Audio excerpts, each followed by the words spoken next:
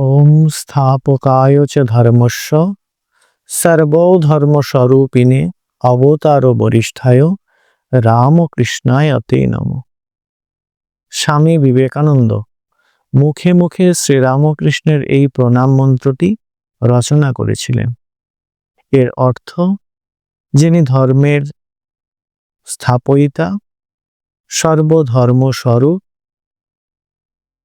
যিনি অবতার বরিষ্ঠ, সেই শ্রীরামকৃষ্ণকে প্রণাম করি।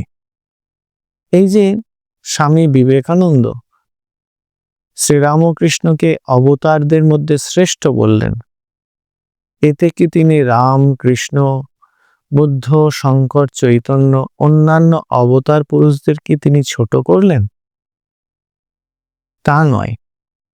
শ্রীরামকৃষ্ণ তার গুরু ছিলেন তার জীবন দেবতা।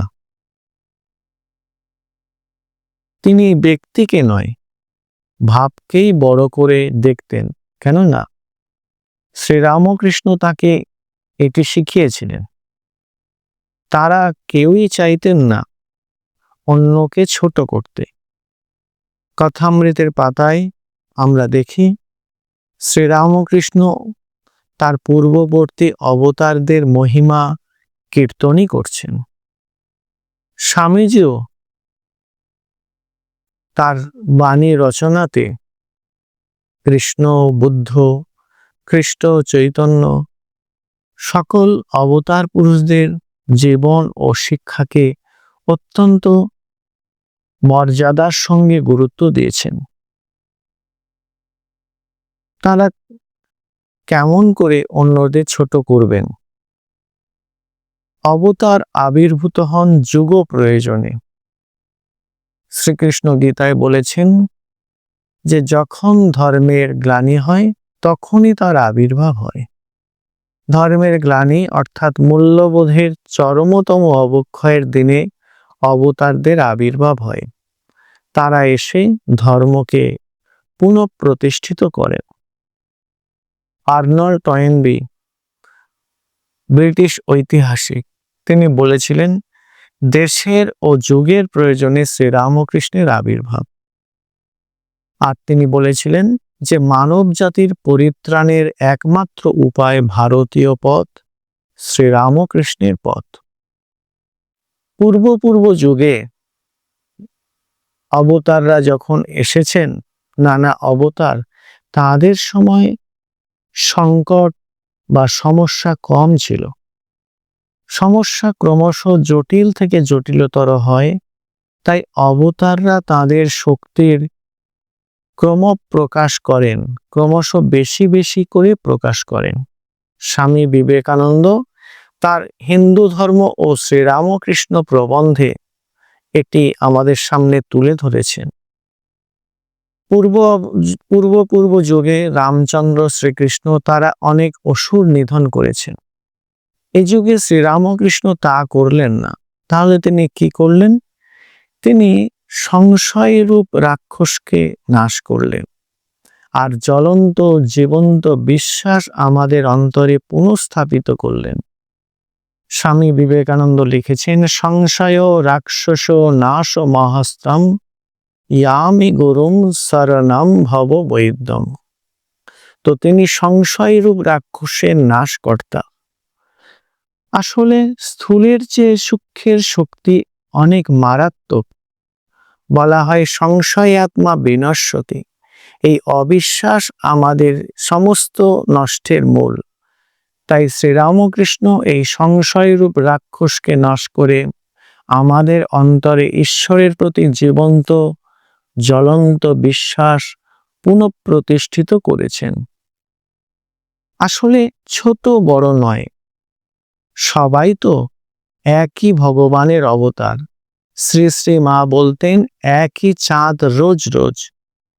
আজকের চাঁদ আর 15 দিন পরের চাঁদ, তার চেহারা আলাদা হতে পারে, তার প্রকাশ আলাদা হতে পারে, কিন্তু আলাদা তো নয়। অবতাররা ঠিক সেই রকম। সেই একই ভগবান যুগে যুগে নানা রূপে যুগ প্রয়োজনে আসছেন। এখানে রূপান্তর আছে কিন্তু গুণান্তর নেই। যখন যেমন প্রয়োজন সেই মতো তারা শক্তির প্রকাশ ঘটিয়েছেন। আসলে শ্রীরামকৃষ্ণ নবীনতম অবতার, তার আকর্ষণ বেশি, তার শক্তির প্রকাশও বেশি। গানে আছে, যত অবতার সমষ্টি সবার, তিনি সমস্ত অবতারের সমষ্টি স্বরূপ। আর আমরা তার মধ্যে দেখেছি রামের সত্যনিষ্ঠা, কৃষ্ণের অনাসক্তি, বুদ্ধির সংবেদনশীলতা, চৈতন্যের প্রেম, শঙ্করের মেধা, ইত্যাদি ইত্যাদি। তার মধ্যে সবকিছুর একটা সমষ্টি রূপ প্রতিফলিত হয়েছে। রোমারোলা লিখেছেন, একমাত্র শ্রীরামকৃষ্ণই ঈশ্বরের সমস্ত ঐশ্বর্যকে আত্মসাৎ করে জগতের সামনে নিজেকে উপস্থাপন করেছিলেন। গানে আছে, গৌতমের প্রাণ শঙ্করের জ্ঞান, অবতীর্ণ লয়ে ধরা পড়ে, ত্রেতাতারি রাম দাপরেরও শ্যাম, রামকৃষ্ণ দোহে একাধারে। রামানুজ গোরা এক প্রেমে জোড়া, কবির নানক এক ডোরে, যত অবতার সমষ্টি সবার, রামকৃষ্ণ রূপে এইবারে। শ্রীরামকৃষ্ণ তিনি তার মধ্যে একটা অপূর্ব সব ব্যতিক্রমী শিক্ষার সমাবেশ ঘটিয়েছিলেন।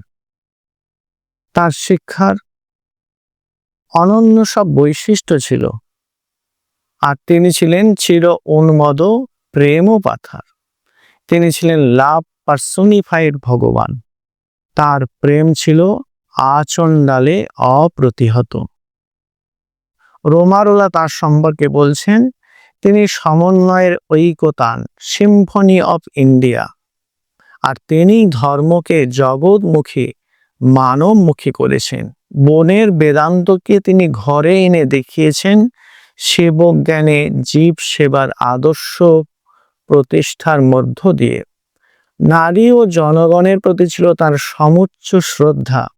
আর তিনি প্রথম যেন এই আধ্যাত্মিকতা থেকে বুজরুকিকে আলাদা করে দেখিয়েছেন। আধ্যাত্মিকতা যে বুজরুকির সঙ্গে কোনো যোগ নেই, তিনি দেখিয়েছেন।